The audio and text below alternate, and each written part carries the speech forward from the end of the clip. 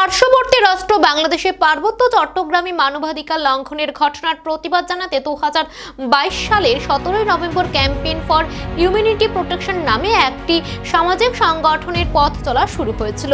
সোমবার এই সংস্থা 3 বছর পূর্তি হলো। এই উপলক্ষে আগরতলা প্রেস ক্লাবে ত্রিবার্ষিক সম্মেলন অনুষ্ঠিত হয়। এই সম্মেলন থেকে ক্যাম্পেইন ফর হিউম্যানিটি প্রোটেকশনের 25 সদস্যের নতুন কমিটি গঠন করা হয়। সম্মেলনে প্রধান অতিথি হিসেবে উপস্থিত ছিলেন রাজ্যের বিশিষ্ট সাংবাদিক শ্রোতা রঞ্জন ঘিসা। এদিন সংগঠনের সভাপতি নিরঞ্জন চাকমা জানান, মানবাধিকার লঙ্ঘনের সমস্ত ঘটনার বিরুদ্ধে প্রতিবাদ এবং জনমত গঠন করাই তাদের মূল লক্ষ্য। তবে মূলত পার্বত্য চট্টগ্রামে যে অহরহ মানবাধিকার লঙ্ঘনের ঘটনা ঘটে তার বিরুদ্ধে প্রতিবাদ জানানোই তাদের প্রধান কাজ।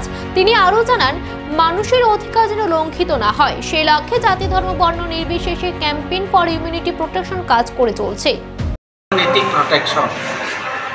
সিএসপি যে সংগঠন, মানবাধিকার সংগঠন যেটা, সেটা স্থাপিত হয়েছিল গত 2022 সালের 17 নভেম্বর। এই 17 নভেম্বর আজকে 3 বছর উদযাপন হয়ে যাচ্ছে। আমাদের এই 3 বছরে প্রথম যে কমিটি যেটা ছিল, আজকে আবার নতুন কমিটি হবে। সেই উপলক্ষে এই প্রতিষ্ঠা দিনটাকেই আমরা প্রতিপালনের জন্য এই সভার আয়োজন করেছি। এখানে আমাদের প্রবীণ সাংবাদিক সমাজসেবী রঞ্জন ঘিসা উনি প্রধান অতিথি হয়ে এসেছেন। আর সমাজের বিভিন্ন সামাজিক ত্রিপুরী মগ তারাও সবাই আরও দেব বর্মা, আমরা এই সামাজিক সংগঠনের এই যে মানবাধিকার সংগঠনের সদস্য আমরা রাখছি এবং উপদেষ্টা পরিষদেও তোমরা অনেকে থাকবেন, সেটা আপনারা পরে জানবেন।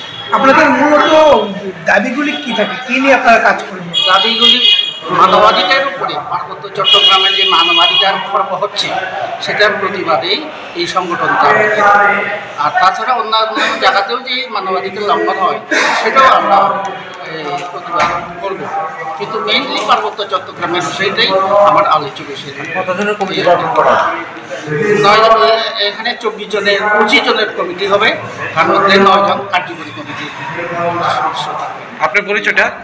আমি নিরঞ্জন চাকমা, সিএসপির যে সংগঠন, এটা সভাপতি।